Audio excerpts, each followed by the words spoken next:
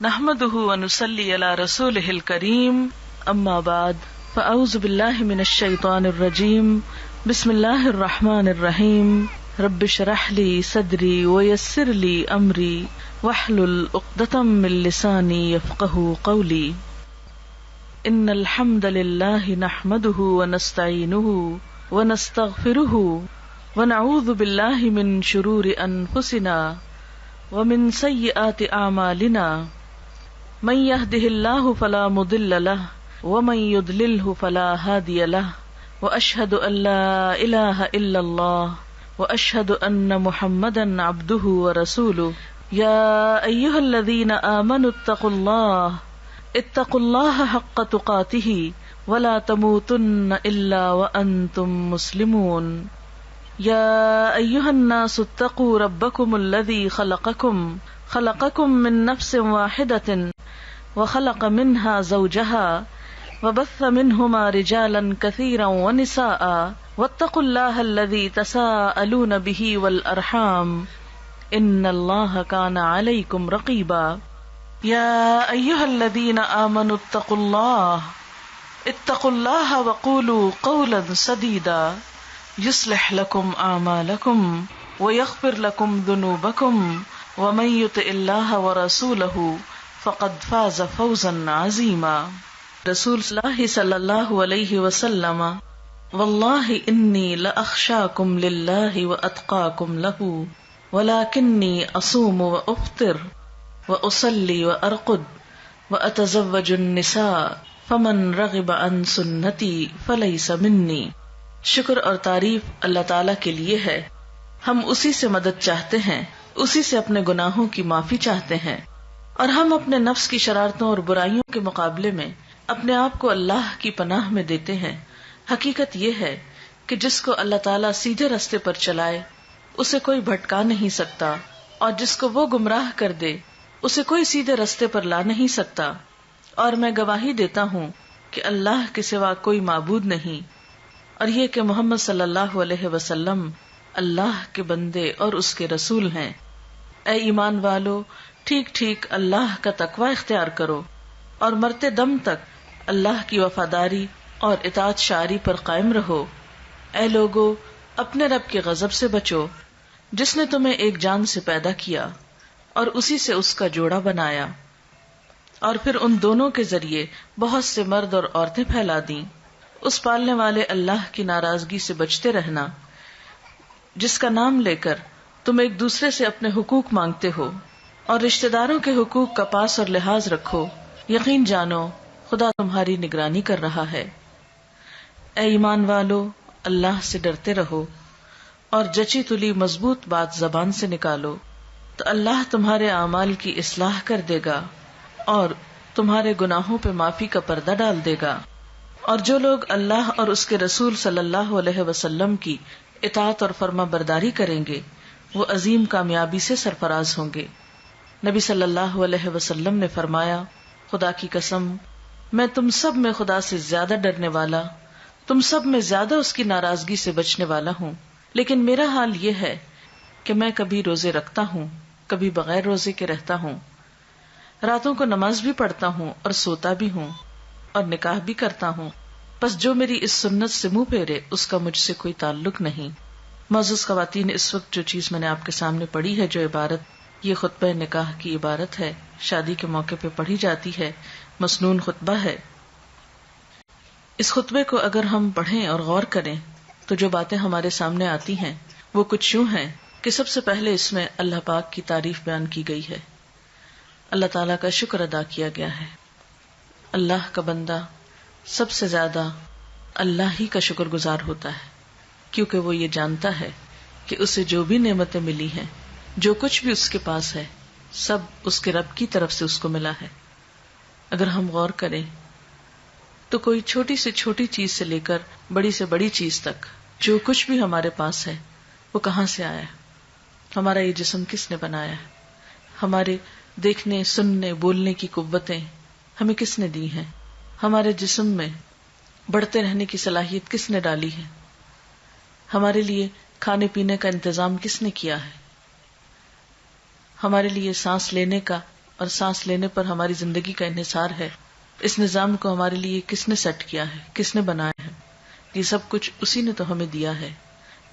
پھر اسی طرح ہمارے اندر جو بھی خواہشات ہیں، جو بھی جذبات ہیں، وہ سب بھی اسی کے پیدا کردہ ہیں۔ وہ چاہتا تو ہمیں پتھر کی شکل میں بنا دیتا، چاہتا تو کسی پودے کی شکل میں پیدا کر دیتا، لیکن انسان بنا کر اس نے ہمارے اندر خوبصورت جذبات بھی رکھے، ہمارے اندر خوشی اور غم کا احساس بھی رکھا، پھر خوشی کے مواقع بھی پیدا کیے۔ تو جو شخص اللہ تعالیٰ کی ان نعمتوں کو یاد کرتا ہے وہ یقیناً اس کا شکر گزار ہوتا ہے۔ جہاں ہمارے پاس یہ نعمتیں ہیں وہاں زندگی میں کچھ امتحان بھی ہیں، وہاں زندگی میں کچھ آزمائشیں بھی ہوتی ہیں، ہر انسان آزمایا جاتا ہے۔ اللہ تعالیٰ انسان سے اس دنیا میں دیکھ ہی یہ رہے ہیں کہ انسان کا رویہ خوشی پا کر کیا ہوتا ہے اور غم آنے پر کیا ہوتا ہے، کسی نعمت کے ملنے پر اس کا طرز عمل کیا ہے اور کسی بھی نعمت کے چلے جانے پر اس کا رویہ کیا ہے۔ بندہ مومن جب اس کی زندگی میں خوشی کے لمحات آتے ہیں تو سب سے پہلے وہ اپنے رب کا شکر گزار ہوتا ہے، وَنَسْتَعِينُهُ، اور ہم اس سے مدد چاہتے ہیں۔ اللہ تعالیٰ کا شکر ادا کرنے کے بعد جہاں کہیں زندگی میں کوئی مشکل وقت ہو وہاں اللہ تعالیٰ کی طرف رجوع کرنا اور اس سے مدد مانگنا، یہ دوسرا اہم کام ہے جو زندگی میں انسان کو کرنا چاہیے۔ جیسے کہ ابھی میں نے ذکر کیا کہ انسان کی زندگی میں خوشی بھی ہے اور غم بھی ہے۔ خوشی کے موقع پر تو انسان شکر ادا کرے، لیکن غم اور تکلیف اور دکھ کے موقع پر اپنے رب سے مدد طلب کرے۔ شادی کا موقع جہاں خوشی کا موقع ہوتا ہے وہاں ایک ذمہ داری کو نبھانے کا وقت بھی ہوتا ہے۔ ایسے موقع پر اللہ تعالیٰ سے دعا کرنا بہت فائدہ مند رہتا ہے۔ اس دعا میں سب سے پہلی دعا تو رشتہ طے ہوتے وقت کی جاتی ہے اور وہ ہے دعا استخارہ۔ استخارے کے بارے میں عام طور پر عجیب و غریب قسم کے کانسیپٹس پائے جاتے ہیں۔ دیکھا جائے تو استخارہ کیا ہے؟ مثلا جب بھی ایک لڑکے والے لڑکی کے ہاں رشتہ بھیجتے ہیں تو عموماً جواب میں کہا جاتا ہے کہ ہم پہلے استخارہ نکالیں گے یا نکلوائیں گے۔ تو استخارہ نہ تو نکالا جاتا ہے اور نہ ہی نکلوایا جاتا ہے، استخارہ تو کیا جاتا ہے۔ اور استخارے کا مطلب کیا ہوتا ہے؟ خیر کی دعا مانگنا۔ اس کا مسنون طریقہ کیا ہے؟ یعنی استخارہ کس طرح کرنا چاہیے؟ استخارہ زندگی میں جب بھی انسان کو کوئی اہم کام پیش آئے، کوئی اہم معاملہ سامنے آئے، تو اس موقع پر انسان کو 2 نفل پڑھ کر دعا مانگنی چاہیے۔ 2 نفل اس بات کے، اور وہ مسنون دعا کیا ہے؟ وہ مسنون دعا ہے اللہم انی استخیرک بعلمک واستقدرک بقدرتک واسألک من فضلک العظیم فإنک تقدر ولا اقدر وتعلم ولا اعلم وانت علام الغیوب اللہم ان کنت تعلم ان هذا الامر خیر لی فی دینی ومعیشتی وعاقبت امری فاقدرہ لی ویسرہ لی ثم بارک لی فیہ وَإِن كُنْتَ تَعْلَمُ أَنَّ هَذَا الْأَمْرَ شَرٌّ لِّي فِي دِينِي وَمَعِيشَتِي وَعَاقِبَةِ أَمْرِي فَاصْرِفْهُ عَنِّي وَاصْرِفْنِي عَنْهُ وَاقْدُرْ لِيَ الْخَيْرَ حَيْثُ كَانَ ثُمَّ أَرْضِنِي بِهِ۔ یہ ہے مسنون دعا۔ اس کے بارے میں حدیث پاک میں آتا ہے، حضرت جابر رضی اللہ تعالی عنہ کا بیان ہے کہ نبی صلی اللہ علیہ وسلم جس طرح ہمیں قرآن پڑھایا کرتے تھے اسی طرح ہر کام میں استخارہ کرنے کی بھی تعلیم دیتے تھے۔ فرماتے جب تم میں سے کوئی کسی اہم معاملے میں فکر مند ہو تو 2 رکعت نفل پڑھے اور پھر یہ دعا پڑھے۔ یعنی آپ صلی اللہ علیہ وسلم جیسے قرآن پاک کی کوئی سورت سکھاتے تھے ایسے ہی یہ دعا سکھاتے تھے اپنے صحابہ کو، اور ساتھ ہی کیا تعلیم دیتے کہ جب بھی کوئی اہم کام ہو، اہم معاملہ ہو تو کیا کرو؟ نفل پڑھ کر یہ دعا پڑھو۔ یہ دعا اس کتاب میں بھی موجود ہے، الگ کارڈ کی شکل میں چھاپی گئی تھی، نہیں تو کوئی کتاب جس میں بھی یہ دعا لکھی ہوئی ہے، میں ابھی ترجمہ بھی پڑھتی ہوں اس کا۔ اہم کاموں میں خود مثلا جس کی شادی ہے، شادی ایک اہم فیصلہ نا زندگی کا، جس کی شادی ہے وہ خود بھی پڑھے یہ نفل اور ماں باپ بھی پڑھے، ماں یا باپ دونوں میں سے کوئی ایک پڑھ لے۔ اس کا ترجمہ کیا ہے اور یہ کیوں پڑھا جائے؟ نبی صلی اللہ علیہ وسلم نے فرمایا استخارہ کرنے والا کبھی نامراد نہیں ہوتا، استخارہ کرنے والا کبھی نامراد نہیں ہوتا، مشورہ کرنے والا کبھی نادم نہیں ہوتا، اور کفایت شعری سے کام لینے والا کبھی کسی کا محتاج نہیں ہوتا. یعنی جو شخص مشورہ کرتا ہے اس کو پھر شرمندگی نہیں ہوتی، اور جو شخص بچت سے کام لیتا ہے پھر وہ کسی کا محتاج نہیں ہوتا، کیونکہ وہ اپنی ضرورت کے وقت کے لیے پہلے سے ہی تیاری کر کے رکھتا ہے. اور اللہ تعالیٰ سے استخارہ کرنا یعنی ایک طرح سے مشورہ کرنا بھی ہے اور خیر کی دعا مانگنا بھی ہے. یہ انسان کے لیے ایک سعادت کی بات ہے کہ وہ کسی اہم معاملے میں اپنے رب سے مشورہ کر رہا ہے اور پھر اس کے فیصلے پر راضی ہے. اور آپ جانتے ہیں کہ تقدیر پر راضی ہونا جو ہے، تقدیر پر راضی ہونا یہ ایمان کا حصہ ہے. جب ہم استخارہ کرتے ہیں اور اس کی دعا پڑھتے ہیں تو اس کا مطلب کیا ہے؟ دعا کا ترجمے سے ہی آپ کو پتہ چل جائے گا. ترجمہ ہے، خدایا میں تجھ سے تیرے علم کے واسطے سے خیر کا طلبگار ہوں، تیری قدرت کے ذریعے تجھ سے تیرے عظیم فضل کا سوال کرتا ہوں، اس لیے کہ تو قدرت والا ہے اور مجھے ذرا قدرت نہیں، تو علم والا ہے مجھے علم نہیں، تو غیب کی ساری باتوں کو خوب جانتا ہے. خدایا اگر تیرے علم میں یہ کام میرے لیے بہتر ہے میری دین اور دنیا کے لحاظ سے اور انجام کے لحاظ سے تو میرے لیے اسے مقدر کر دے. یعنی اگر یہ رشتہ، یعنی جب کسی بھی کام کے لیے ہم استخارہ کریں تو اس کو ذہن میں رکھنا چاہیے کہ اگر یہ چیز میرے دنیا اور آخرت کے لحاظ سے اچھا ہے تو اس کو میرے لیے مقدر کر دے، یعنی میری قسمت میں کر دے، میرے لیے اس کو آسان کر دے، میرے لیے اس کو مبارک بنا دے. اور اگر تیرے علم میں یہ کام میرے لیے برا ہے میرے دین اور دنیا کے لحاظ سے اور انجام کے لحاظ سے تو اس کام کو مجھ سے دور رکھ اور مجھے اس سے بچا کے رکھ، اور میرے لیے خیر اور بھلائی مقدر کر دے جہاں کہیں بھی ہو، پھر مجھے اس پہ راضی بھی کر دے. کتنی خوبصورت دعا ہے. یہ ہے دراصل استخارہ کہ یا اللہ اگر تو یہ چیز میرے حق میں اچھی ہے تو اس کو آسان کر کے مبارک کر دے، اور اگر اچھی نہیں تو اسے ہٹا دے مجھ سے اور مجھے اس سے ہٹا دے. اب آپ سوچئے کہ اس استخارے کی دعا کا نتیجہ کیا ہونا چاہیے؟ یہی نا کہ یا تو کام ہو جائے یا پھر نہ ہو. اگر ہو جائے تو پہلے سے ہی ہم نے دعا مانگ لی کہ یا اللہ اب یہ ہمارے لیے بہت اچھا ثابت ہو، اور اگر نہیں ہوتا تو بھی ہمیں اس پہ راضی ہو جانا چاہیے، تسلی ہونی چاہیے کہ اللہ کو منظور نہیں اور اس میں ضرور ہمارے لیے کوئی بہتری ہے کہ اس کام کے ہونے کا سبب نہیں بنا. اور اس طرح انسان جو بھی فیصلہ کرتا ہے اس پر نادم نہیں ہوتا، پشیمان نہیں ہوتا، بعد میں پچھتاتا نہیں. اگر کام کرنے کے بعد انسان سمجھتا ہے کہ بہت اچھا رہا، سب ٹھیک ہو گیا اور اچھا رہا، تو بھی کیا سمجھتا ہے کہ یہ میرے رب نے مجھے عطا کیا ہے، اس کو کوئی تکبر نہیں آتا اس پر. اور اگر کام ہو جاتا ہے اور بعد میں دیکھتا ہے کہ اس کا نتیجہ اچھا نہیں نکلا تو بھی اس میں ندامت نہیں ہوتی کہ میں نے تو اللہ سے دعا کی تھی، اگر پھر بھی ٹھیک نہیں ہوا تو اس میں بھی ضرور میرے لیے کوئی سبق ہوگا. کیونکہ قرآن پاک میں یہ بھی آتا ہے نا، عسیٰ ان تحبوا شیئا وہو شر لکم وعسیٰ ان تکرہوا شیئا وہو خیر لکم. ہو سکتا ہے کہ ایک چیز تمہیں بہت پسند ہو اور وہی تمہارے لیے اچھی نہ ہو، اور یہ بھی ہو سکتا ہے کہ ایک چیز تمہیں بالکل اچھی نہ لگتی ہو، تمہارے دل کو نہ بھاتی ہو، اور اس میں تمہارے لیے بہت بڑی بھلائی ہو. اس لیے آپ صلی اللہ علیہ وسلم نے کیا فرمایا کہ استخارہ کرنے والا کبھی نامراد نہیں ہوتا. اچھا اب آپ دیکھیے کہ جیسا کہ آپ صلی اللہ علیہ وسلم نے فرمایا ہے کہ خدا سے استخارہ کرنا اولاد آدم کے لیے سعادت کا باعث ہے، تقدیر پہ راضی ہو جانا بھی اولاد آدم کے لیے سعادت یعنی خوش قسمتی کی بات ہے، اور انسان کی بدبختی یہ ہے کہ وہ اللہ سے استخارہ نہ کرے اور خدا کی قضا پر یعنی تقدیر پر ناخوش ہو. یہ بدبختی کی بات ہے. اچھا یہ ہے استخارے کی روح اور یہ ہے اس کی جسٹ. ہمارے ہاں اس کا کانسیپٹ کیا ہے کہ ہم یہ سمجھتے ہیں کہ شاید استخارہ غیب کا علم جاننے کا نام ہے. اس کو ہم نے ایک طرح کی فعال بنا لیا ہے، جبکہ فعال لینا بھی اسلام میں پسندیدہ نہیں ہے، کیونکہ غیب کا علم تو اللہ کے سوا کسی اور کو ہے ہی نہیں. کل کیا ہونے والا ہے یہ کسی کو نہیں پتا. کوئی شخص بھی جو یہ غیب دانی کا دعویٰ کرے یا اس قسم کی کوئی بھی باتیں کرے وہ ہمارے دین میں پسندیدہ نہیں. اسی لیے ہمیں کسی نجومی کے پاس جانے سے منع کیا ہے، ہاتھ دکھانے سے منع کیا ہے، چھپی باتیں معلوم کرانے سے اور ذائچے بنوانے سے منع کیا گیا ہے، کیونکہ یہ ساری چیزیں انسان کے لیے نقصان دہ ہوتی، انسان توہمات کا شکار ہو جاتا ہے.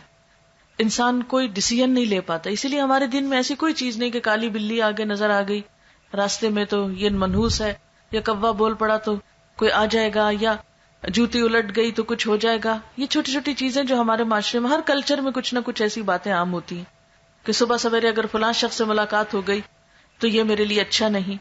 ہمارے دین میں کیا ہے کہ ہر خیر اور شر کا مالک اللہ ہے. کوئی کسی کو نقصان نہیں دے سکتا جب تک اللہ نہ چاہے، کوئی کسی کو فائدہ نہیں پہنچا سکتا جب تک کہ اللہ نہ چاہے.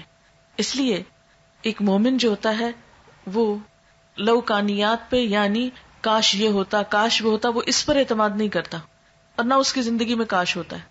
اور بہت زیادہ کاش کہنے سے بھی منع کیا گیا ہے کیونکہ یہ شیطان کا دروازہ کھول دیتا ہے. یعنی شیطان کو انسان کے دل میں وسوسے ڈالنے کا موقع مل جاتا ہے، انسان کے دلوں میں حسرتیں پیدا کرتا ہے. مثلا قرآن پاک میں اس بات سے منع کیا گیا ہے کہ اگر کوئی شخص کسی حادثے میں فوت ہو جائے یا کوئی کسی کو نقصان پہنچ جائے تو اس طرح نہ کہو جیسے کافر کہتے ہیں کہ لو کانو عندنا ما ماتو وما قتلوا، کہ اگر وہ ہمارے پاس ہوتے تو نہ مرتے اور نہ قتل ہوتے. اللہ تعالیٰ فرماتے ہیں کہ اگر تمہارے حق میں موت لکھی ہوتی تو تم اپنے بستر پر بھی ہوتے تو موت آ جاتی. اب بعض اوقات ایسا ہوتا ہے نا کہ کوئی عزیز رشتہ دار گھر سے نکلتا ہے، اچانک کوئی ایکسیڈنٹ ہو جاتا ہے تو عموماً لوگ کہتے ہیں کاش آج وہ جاتا ہی نہ، کاش وہ آج ایسا نہ کرتا تو ایسا نہ ہوتا. تو بات یہ ہے کہ کاش کی وجہ سے کوئی چیز ٹلتی نہیں. تقدیر کے اوپر ایمان ضروری ہے، اور تقدیر پر ایمان لانے والا مطمئن ہو جاتا ہے، پرسکون ہو جاتا ہے، خوش رہتا ہے. کیونکہ اگر ہم تقدیر پر ایمان نہیں بھی رکھتے تو بھی آپ دیکھیں کہ اللہ کے فیصلوں کو ہم ٹال نہیں سکتے، ہم اس میں تبدیلی نہیں کر سکتے. اس لیے استخارہ غیب جاننے کا ذریعہ نہیں ہوتا. کیونکہ ہمارے معاشرے میں یہ بات بھی عام ہے کہ کچھ لوگ پروفیشنل ہوتے ہیں استخارہ کرنے والے، کہ لوگ ان کے پاس جاتے ہیں اور کہتے ہیں کہ اچھا یہ لڑکے کا نام ہے، یہ لڑکی کا نام ہے، آپ اس کے بارے میں بتائیے کہ یہ رشتہ کامیاب رہے گا یا نہیں رہے گا. اب آپ دیکھیے کہ تیسرے شخص کو کہاں سے پتا چل گیا، اس کے پاس کون سا سورس ہے یہ جاننے کا کہ اس نے کل کے فیوچر میں جھانک کے دیکھ لیا آج یہ رشتہ کامیاب ہوگا یا نہیں ہوگا.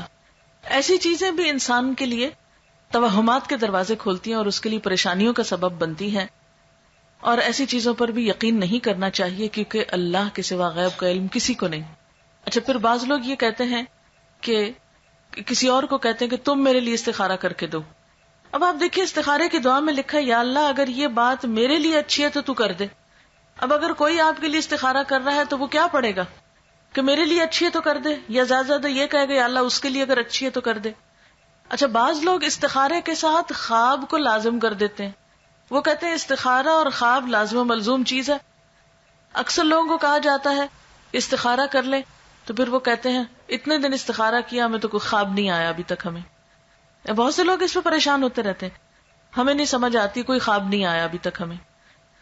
یاد رکھیے کہ قرآن اور سنت کی روشنی میں استخارے کے لیے خواب کا آنا کوئی ضروری نہیں ہے. وہ سمپلی کیا ہے، ایک دعا ہے، یا اللہ اگر یہ کام اچھا ہے تو مبارک ہو جائے، آسان ہو، نہیں اچھا تو اس کو ہٹا دے، دور کر دے مجھ سے. اگر آپ کی دعا قبول ہو گئی تو اس کام میں اگر بہتری ہوئی تو ہو جائے گا، اور اگر ہو گیا تو وہ مبارک ثابت ہو گیا، اور اگر بہتری نہیں تو وہ بات بننے ہی نہیں پائے گی، وہ کوئی نہ کوئی بہانہ بن جائے گا انکار کا، بات ہوگی ہی نہیں. اچھا، بعض لوگ کیا کہتے ہیں، ان کو خواب آ جاتا ہے، حالانکہ ضروری نہیں کہ استخارہ انہوں نے کیا تو تبھی خواب آیا، ہو سکتا ہے وہ استخارہ نہ کرتے پھر بھی اس رات وہی خواب آتا ان کو، پھر وہ اس کے ساتھ جوڑ لیتے ہیں. اچھا، بعض لوگ خوابوں میں پھر کیا کرتے ہیں، خواب دیکھ لیتے ہیں، پھر دوسروں کو کہتے ہیں اب آپ اس کی تعبیر بتائیں، اب اس کا نتیجہ کیا ہے. پھر کیا ہوتا ہے کہ استخارے میں جو خواب دیکھتے ہیں بعض اوقات اس میں رنگوں کا کوئی حساب کتاب بتاتے ہیں کہ اگر خواب میں سبز رنگ نظر آ گیا تو وہ بہت اچھا ہے، اگر کالا رنگ نظر آ گیا تو وہ خواب جو ہے یہ استخارہ جو ہے وہ ٹھیک نہیں ہے. اور اس طرح بعض اوقات توہمات میں پڑھ کر اچھے بھلے رشتے نیک شریف لوگوں کے وہ انکار کرتے رہتے ہیں. بعض جگہوں پہ یہ سننے میں آیا ہے کہ اگر کسی سے کہا جائے بھی اتنا اچھا رشتہ تھا کیوں چھوڑ دیا، وہ ہمارا استخارہ نہیں ٹھیک نکلا. اب ایک شخص بظاہر اس کا دین، ایمان، اخلاق، کردار، شرافت ہر چیز نظر آ رہی ہے، اور ہمارا دین ہمیں کیا حکم دیتا ہے کہ لوگوں کے ظاہر پر ان سے معاملہ کرو. تم نے کسی کے دل میں جھانک کے نہیں دیکھا. اور پھر کس دل میں؟ دل تو وہ چیز ہے جو مسلسل بدلتی رہتی، دل کی حالت تو تبدیل ہوتی رہتی. آپ تھوڑی دیر میں خوش ہوتے ہیں، ہنس رہے ہوتے ہیں، کسی شخص پہ راضی ہوتے ہیں، تھوڑی دیر کے بعد اسی پہ غصہ کر رہے ہوتے ہیں. وہ تبدیل نہیں ہو گیا آپ کا دل؟ اپنی اولاد کے ساتھ ہم کیا کرتے ہیں؟ سویرے ان کے ساتھ اچھے ہوتے ہیں، شام ان کو ڈانٹ بیٹھتے ہیں، کہتے ہیں یہ تو میری کوئی بات ہی نہیں سنتے. اب وہ سویر سچی تھی یا شام سچی تھی؟ یہ دل ہے نا، دل بدلتا رہتا ہے. آج جس شخص کے بارے میں آپ نے دل میں اگر بفرض محال کوئی جگ چیز ہے جو جھانکنے کی ہے، یا کسی کو خدا نخواستہ ہے تو اول تو ممکن ہی نہیں، لیکن اگر کسی نے کہیں سے یہ دعویٰ ہی کر دیا کہ فلاں شخص آپ کے حق میں بہت اچھا ہے، تو ضروری نہیں کہ وہ شخص ہمیشہ آپ کے لیے اچھا ہی ہو. وہ کسی وقت پلٹا بھی کھا سکتا ہے. کیا ایسی مثالیں معاشرے میں موجود نہیں کہ دو لوگ آپس میں بہت اچھے تھے، میاں بیوی تعلقات بہت اچھے تھے، بہت ایک دوسرے کو چاہنے والے تھے، 20-30 سال کے بعد ایسے بگڑے کہ ایک دوسرے کے دشمن ہو گئے، بیٹھے بٹھائے طلاق دے دی. دل کس کے ہاتھ میں؟ یہ تو اللہ کے ہاتھ میں. خیر اس سے مانگنی چاہیے، ساری امیدیں اور بھلائی اس سے وابستہ کرنی چاہیے. ہر دن کو ملنے والی نعمت پر شکر گزار ہونا چاہیے کہ یا اللہ اگر تو نے اولاد کی محبت دی، اگر شوہر کی محبت دی ہے، اگر رشتہ داروں کے ساتھ یا ہمارا وقت اچھا گزر رہا ہے تو ہم اس پر تیرے شکر گزار ہیں. تو ان نعمتوں کو ہمارے لیے باقی رکھ، کیونکہ ہر دن ایک نیا دن ہے. کل یوم ہوا فی شان، ہر روز وہ ایک نئی شان میں ہے، ہر روز ایک نیا سورج نکلتا ہے. کل کسی کو نہیں معلوم، اس لیے جو وقت آج کا ہے اس کی قدر کرنی چاہیے، اس پر اللہ تعالیٰ کا شکر ادا کرنا چاہیے، اور اس میں انسان کو اپنی سی کوشش کرنی چاہیے دوسروں کے ساتھ اچھا گزارا کرنے کی، نبھانے کی، اور ایک دوسرے کے ساتھ اچھی طرح گزر بسر کرنے کی. تو اس خطبے میں ہمیں جو سکھایا گیا ہے وہ کیا ہے؟ شکر ادا کرنا نعمتوں پر، اور مشکل وقت میں، کٹھن وقت میں، فیصلے کے وقت میں اللہ سے مدد طلب کرنا، اور مسنون طریقے پر دعا مانگنا، اور پھر وَنَسْتَغْفِرُهُ، ہم اس سے بخشش مانگتے ہیں. جہاں تک بخشش کا تعلق ہے، اب سوال یہ پیدا ہوتا ہے کہ موقع تو شادی کا ہے، خطبہ شادی کا پڑھا جا رہا ہے، اور اس موقع پر بخشش، جی ہاں، بخشش مانگنا، استغفار پڑھنا، اللہ سے توبہ کرنا دنیا کی نعمتوں کو حاصل کرنے کا ذریعہ بھی ہے اور آخرت کی بھلائی کا ذریعہ بھی ہے. سورۃ نوح میں اللہ سبحانہ و تعالی فرماتے ہیں، حضرت نوح علیہ السلام نے اپنی قوم کو استغفار کرنے کو کہا، اور کیا کہا؟ فَقُلْتُ اسْتَغْفِرُوا رَبَّكُمْ، میں نے اپنی قوم سے کہا کہ اپنے رب سے استغفار کرو، اپنے رب سے معافی مانگو. تو نتیجہ کیا ہوگا؟ انہو کان غفارا، بے شک وہ بہت زیادہ معاف کرنے والا ہے. یرسل السماء علیکم مدرارا، تم پر آسمان سے خوب بارشیں برسائے گا، آسمان کو تم پر برسنے والا بنا دے گا. وَيُمْدِدْكُمْ بِأَمْوَالٍ وَبَنِينَ، تمہیں مال اور بیٹوں سے مدد دے گا. وَيَجْعَلْ لَكُمْ جَنَّاتٍ، تمہارے لیے باغات بنائے گا. وَيَجْعَلْ لَكُمْ أَنْهَارًا، اور تمہارے لیے نہریں جاری کر دے گا.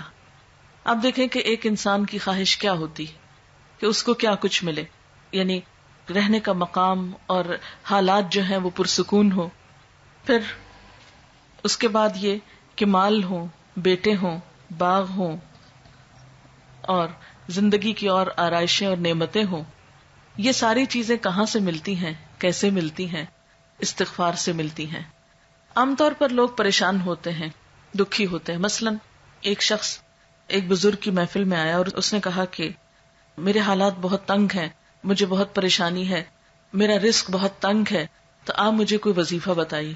تو انہوں نے اس کو کہا کہ کثرت سے استغفار پڑھو. دوسرا آیا، اس نے کہا بچوں کی شادی نہیں ہوتی، تو آپ نے اس کو بھی کیا بتایا کہ کثرت سے استغفار کرو. تیسرا آیا تو کہنے لگا کہ بہت قحط سالی ہے، فصلیں اچھی نہیں ہوتی، تو آپ نے اس کو بھی استغفار کا بتایا. تو کسی نے ان سے پوچھا کہ بھائی 3 لوگ آپ سے 3 ڈفرنٹ مسئلے لے کر آئے ہیں، اپنی پریشانیاں لے کر آئے ہیں، آپ نے تینوں کو ایک ہی چیز بتائی ہے. تو اس پر انہوں نے یہی سورۃ نوح کی آیت پڑھ کر سنائی کہ دیکھو یہ قرآن میں اللہ کا وعدہ ہے، اور اللہ کا وعدہ سچا ہے. اللہ تعالی کی بات سے بڑھ کر سچی بات کس کی ہو سکتی ہے؟ ہمارے پڑھنے میں کمی کوتاہی ہو سکتی ہے، لیکن اللہ کی بات میں کوئی شک نہیں. ذالک الکتاب لا ریب فیہ، یہ وہ کتاب ہے جس میں کوئی شک نہیں. لیکن یہ ہے کہ بعض اوقات ہم خود پڑھنے میں کوتاہی کر دیتے ہیں. تو جن کا رشتہ نہ ہو رہا ہو وہ بھی، جن کا ہو چکا ہو اور شادی کے پرابلمز ہو وہ بھی، جن کا ہو چکا اور پھر بچے نہ ہو وہ بھی، ان سب کے لیے ایک ہی وظیفہ ہے، اور وہ کیا ہے؟ استغفار کا.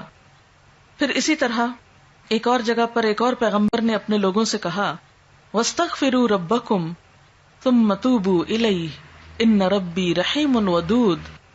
اپنے رب سے معافی مانگو اور اس کی طرف پلٹ آؤ، بے شک میرا رب رحیم ہے اور اپنی مخلوق سے بہت محبت رکھتا ہے. یعنی جب کسی بندے پر کوئی تکلیف آتی ہے تو ایسا نہیں کہ اللہ تعالیٰ اس پر خوش ہوتے ہیں اور جان بوجھ کے ستانا چاہتے ہیں بندوں کو. اللہ تو بندوں کے حق میں بہت مہربان ہے. پھر سوال یہ پیدا ہوتا ہے کہ تکلیف آتی کیوں؟ اگر وہ ہم سے محبت کرتا ہے اور وہ بہت مہربان ہے. تو بات یہ ہے کہ کچھ چیزیں ہم اچھے حالات میں سیکھتے ہیں اور کچھ چیزیں ہم ہارڈ شپ سے سیکھتے ہیں. کچھ نعمتوں کی قدر ہم اچھے طریقے سے ویسے ہی کر لیتے ہیں، اور کچھ چیزوں کی قدر ہمیں اس وقت آتی ہے جب کوئی مشکل پیش آتی ہے. آپ دیکھیے کہ اس کی مثال یوں ہی ہے کہ جیسے کچھ کھانے آپ کچے ہی کھا لیتے ہیں، جیسے فروٹس وغیرہ ہیں، آپ کو پکانے کی ضرورت نہیں ہوتی، لیکن کچھ کھانے آپ کو پکا کر کھانے ہوتے ہیں. اسی طرح زندگی میں کچھ حالات ایسے ہوتے ہیں کہ جن میں آپ آرام سے سیکھ جاتے ہیں، یا کچھ باتیں آپ کو بغیر کسی مشکل کے سمجھ میں آ جاتی ہیں، لیکن کچھ باتیں آپ کو مشکل آنے پر سمجھ آتی ہیں. اور جس طرح انسان پختہ اور میچیور ہوتا ہے مشکلات میں، آپ نے دیکھا ہوگا کہ جو بچے ہارڈ شپس میں پلتے ہیں وہ بڑے ہو کر ان میں اسٹیمنا زیادہ ہوتا ہے، لیکن جو بچے بہت نعمتوں میں اور نازوں میں پلتے ہیں وہ اتنے بہادر اور اتنے ہمت والے نہیں ہوتے. اس لیے دھوپ اور چھاؤں، غم اور خوشی دونوں اس کائنات کا حسن ہے. دن اور رات ایک بہت بڑی نشانی ہے ہمارے لیے. تو اس لیے جب تکلیف آتی ہے تو اس موقع پر انسان اللہ کی طرف زیادہ رجوع کرتا ہے، اللہ کو زیادہ یاد کرتا ہے، زیادہ ذکر کرتا ہے، اور اس طرح انسان کے گناہ دنیا میں ہی معاف ہونے لگتے ہیں. ایک اور جگہ پر آتا ہے وَأَنِ اسْتَغْفِرُوا رَبَّكُمْ ثُمَّ تُوبُوا إِلَيْهِ يُمَتِّعْكُمْ مَتَاعًا حَسَنًا. اور یہ کہ تم اپنے رب سے معافی چاہو اور اس کی طرف پلٹ آؤ تو وہ تم کو اچھا سامان زندگی دے گا. یعنی دنیا کی اچھی نعمتیں کس سے ملیں گی؟ استغفار سے. اور اس کے لیے دعائیں کیا ہیں؟ ربنا اغفر لنا، یہ قرآن پاک کی دعائیں ہیں استغفار کی. ربنا اغفر لنا ذنوبنا واسرافنا فی امرنا وثبت اقدامنا. ایک اور دعا ہے ربنا آمنا فاغفر لنا وارحمنا وانت خیر الراحمین. پھر اسی طرح ربنا ظلمنا انفسنا وان لم تغفر لنا وترحمنا لنکونن من الخاسرین انت ولینا فاغفر لنا وارحمنا وانت خیر الغافرین. پھر اسی طرح ربنا فاغفر لنا ذنوبنا وکفر عنا سیئاتنا وتوفنا مع الابرار. پھر اسی طرح رسول اللہ صلی اللہ علیہ وسلم نے بھی کچھ ایسی دعائیں سکھائی ہیں جو استغفار کا ذریعہ ہیں. رب تقبل توبتی واغسل حوبتی واجب دعوتی وثبت حجتی واہد قلبی وسدد لسانی واسلل سخیمۃ صدری. رب اغفر لی وتب علی انک انت التواب الغفور. استغفر اللہ الذی لا الہ الا هو الحی القیوم واتوب الیہ.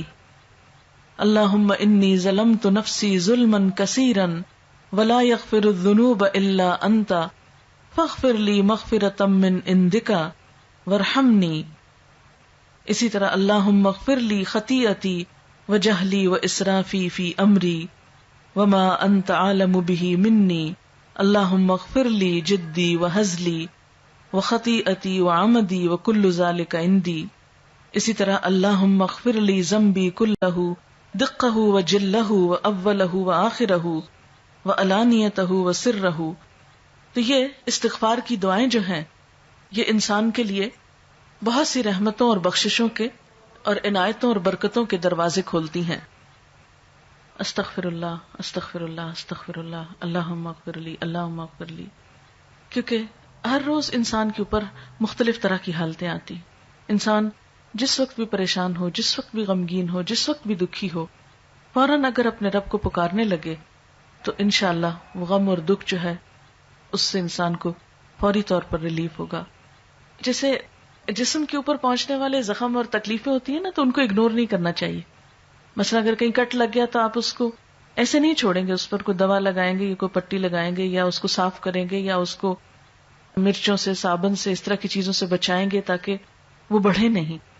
اسی طرح جو روح پر کٹ لگ جاتے ہیں یا انسان گناہ کر کے اللہ کو جو ناراض کر لیتا ہے، تو اس سے انسان اگر فوری طور پر نکلتا نہیں اور اس کا علاج نہیں کرتا تو بعض اوقات وہ گناہوں کے دھبے اور وہ دل کی سیاہی اتنی گہری ہوتی چلی جاتی ہے کہ انسان کو ایکیوٹ ڈپریشن میں لے جاتی ہے. اور بعض اوقات پھر اس کے لیے بڑی بڑی دوائیاں اور بڑی بڑی دوائیں اور دعائیں بھی کام نہیں کرتی. اس لیے انسان کو ہر روز کثرت کے ساتھ استغفار ویسے بھی کرنا چاہیے. اسی لیے ہم دیکھتے ہیں کہ اللہ کے رسول صلی اللہ علیہ وسلم جو معصوم تھے، گناہوں سے پاک تھے، جن کا کوئی گناہ بھی نہیں تھا، وہ دن میں 70 سے 100 بار استغفار کرتے تھے. اور آپ سے بڑھ کر مصروف بھی کوئی نہیں تھا. ہم تو یہ کہہ سکتے ہیں نا کہ ہم کیا کریں، ہمیں تو وقت ہی نہیں ملتا، نماز پڑھیں یا یہ بچوں کو سنبھالیں یا کون سا کام کریں کون سا نہیں کریں، کس وقت یہ تسبیحاں پڑھیں. ٹھیک ہے، ضروری نہیں کہ آپ کسی کونے میں بیٹھ کے لمبی تسبیح پڑھیں. آپ اٹھتے بیٹھتے چلتے پھرتے باتوں میں، گفتگو میں، کسی کی سنتے وقت دل میں آپ استغفار کثرت سے پڑھ سکتے ہیں. اور جب آپ سے پوچھا گیا کہ آپ کے تو گناہ نہیں پھر بھی آپ اتنی استغفار پڑھتے ہیں، تو آپ نے فرمایا افلا اکون عبدا شکورا، کیا میں اللہ کا شکر گزار بندہ نہ بن جاؤں؟ تو شکر گزاری تو ویسے ہی اللہ تعالیٰ کو پسند ہے. اس لیے وَنَسْتَغْفِرُهُ، موقع چاہے شادی کا ہی ہو، خوشی کا ہی ہو، لیکن جو شخص یہ چاہتا ہے کہ اللہ تعالیٰ اس سے راضی ہو، اس کو دنیا اور آخرت میں خوشیاں نصیب ہوں، تو اس کے لیے یہاں 2 چیزیں بتائی گئی ہیں.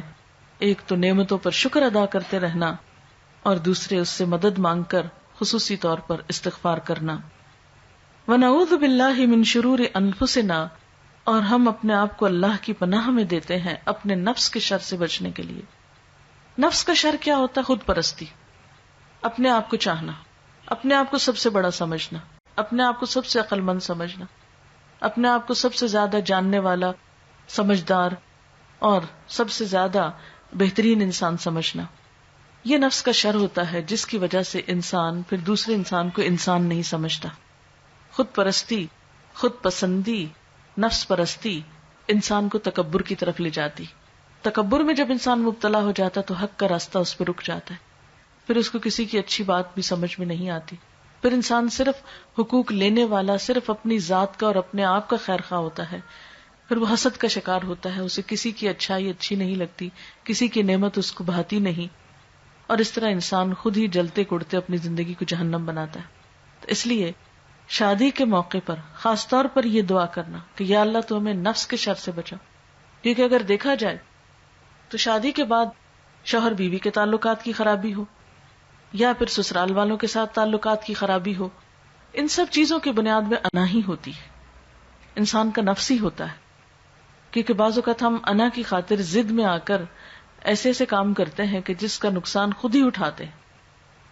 تو جو شخص عاجزی اختیار کرتا ہے، نرمی اختیار کرتا ہے، صرف سناتا ہی نہیں دوسرے کی بھی سنتا ہے، صرف اپنی ہی دکھ درد اس کو یاد نہیں ہوتے، دوسرے کے دکھ درد کا بھی احساس اور لحاظ رکھتا ہے، تو ایسا شخص ہی کامیاب زندگی گزار سکتا ہے.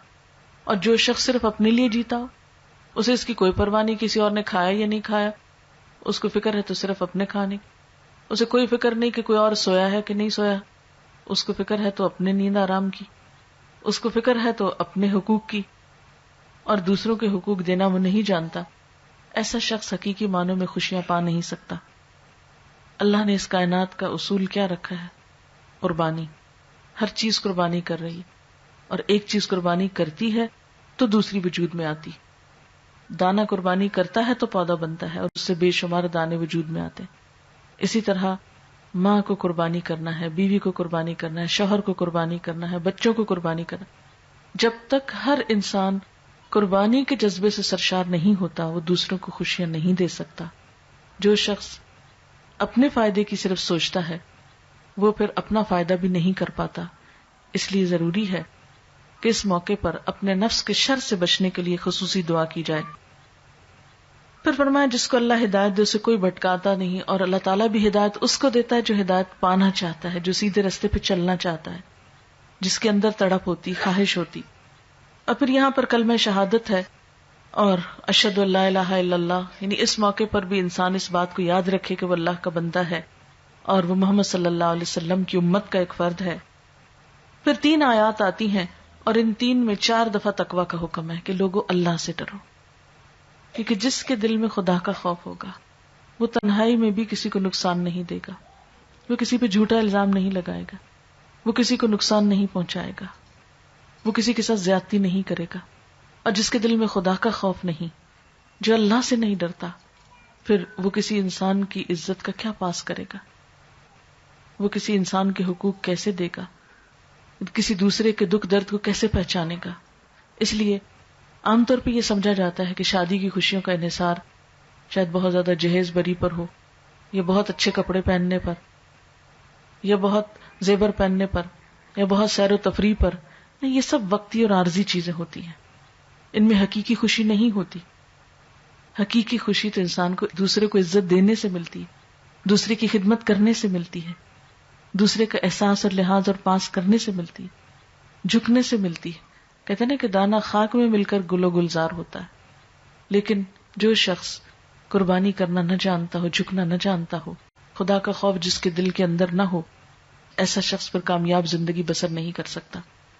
تو اللہ تعالیٰ سے دعا ہے کہ اللہ تعالیٰ ہمیں بہترین چیزوں پر عمل کی توفیق عطا فرمائے. وآخر دعوانا ان الحمدللہ رب العالمین. اب ذرا دعا کر لیتے ہیں. سبحان اللہ والحمد للہ ولا الہ الا اللہ واللہ اکبر ولا حول ولا قوة الا باللہ العلی العظیم. اللہم صل علی محمد وعلی آل محمد کما صلیت علی ابراہیم وعلی آل ابراہیم انک حمید مجید. اللہم بارک علی محمد وعلی آل محمد کما بارکت علی ابراہیم وعلی آل ابراہیم انک حمید مجید. ربنا آتنا فی الدنیا حسنۃ وفی الآخرۃ حسنۃ وقنا عذاب النار. ربنا لا تزغ قلوبنا بعد اذ ہدیتنا وہب لنا من لدنک رحمۃ انک انت الوہاب. ربنا هب لنا من ازواجنا وذرياتنا قرة اعین واجعلنا للمتقین اماما. یا حی یا قیوم برحمتک نستغیث لا الہ الا اللہ انت الحلیم الکریم. سبحان اللہ رب العرش العظیم والحمد للہ رب العالمین. رب نسألک موجبات رحمتک وعزائم مغفرتک والغنیمة من كل بر والسلامة من كل اسم. لا تدع لنا ذنبا الا غفرته ولا هما الا فرجته ولا حاجة هي لك رضا الا قضيتها يا ارحم الراحمین. یا رب العالمین ہمیں گناہوں سے بچا، ہمارا انجام اچھا کرنا. یا رب العالمین ہمیں نیک لوگوں میں شامل کر لینا. یا اللہ ہم سب پر اپنی رحمت نچھاور فرما، ہمیں ہر طرح کے دکھوں اور تکلیفوں سے محفوظ رکھ. یا اللہ تو ہمیں ان کاموں کی توفیق دے جن سے تو راضی ہو جائے، اور ان سے بچا لے جن سے تیری ناراضگی ہوتی ہو. یا اللہ اس گھر پر اپنی خیر و برکت نازل فرما، ہم سب پر اپنی رحمت نازل فرما. ربنا تقبل منا انک انت السمیع العلیم وتب علینا انک انت التواب الرحیم. وصلی اللہ تعالی علی خیر خلقہ محمد وعلی آلہ واصحابہ واہل بیتہ اجمعین برحمتک یا ارحم الراحمین. الہی آمین. سبحانک اللہم وبحمدک نشہد ان لا الہ الا انت نستغفرک ونتوب الیک. السلام علیکم ورحمۃ اللہ وبرکاتہ.